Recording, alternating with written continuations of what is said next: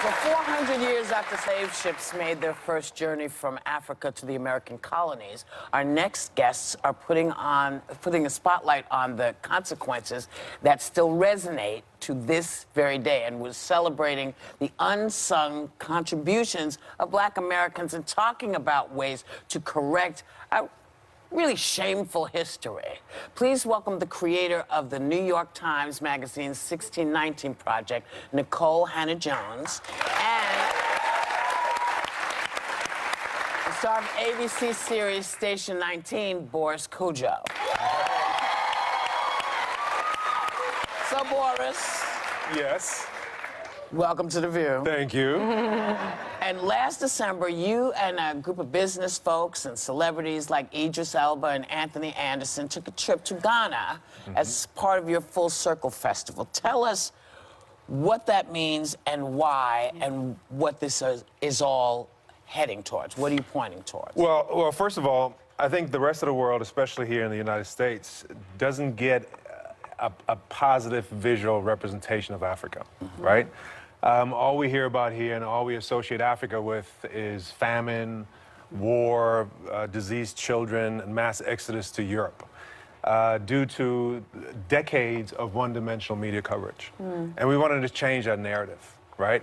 We wanted to show people the vibrancy and the diversity in Africa, the beautiful people, the food, the music, the nightlife, the historic sites. So we brought 100 people over there, our friends, to experience Accra, Ghana, to go to the slave castles, to have parties on the beach, to go out at night, to mingle, to collaborate with people, to have that exchange that's so necessary. And it was a profoundly transformative experience for every single person that went. So we realized that we need to make this available to everybody. There's 400 million people of African descent living outside of the continent. And every single person needs to go to Africa to experience that. Wow, wow.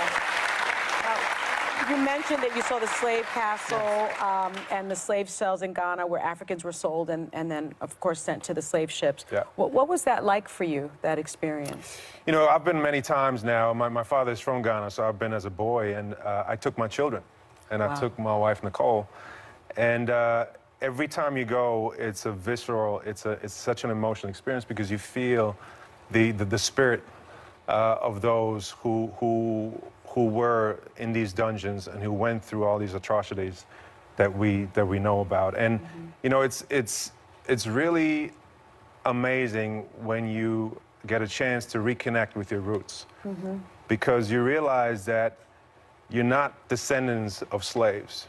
No. You're descendants of enslaved Africans, which is a big difference. We are the descendants of survivors. Right? So understanding that helps you reclaim your cultural identity, which is so important, especially for African Americans.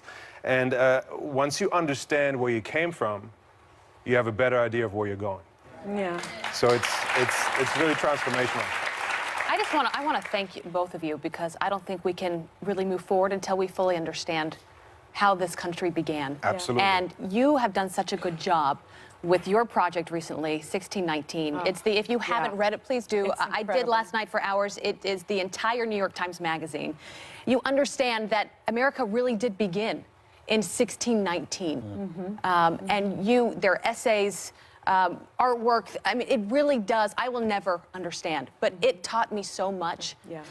I had tears going to sleep, and I woke up this morning telling my husband about it, and I said, everyone needs to learn. She's been saying, we got to go to Ghana. I know. We gotta go to Ghana. Ghana's beautiful from the video I watched. Why did you want to do that? And what was the New York Times reaction when you said, not just a page, I want the entire magazine to be this? I wanted to do that because I first came across the date 1619 in high school, and it was a book by historian Lerone Bennett called Before the Mayflower. And every American has heard about the Mayflower, which lands in 1612.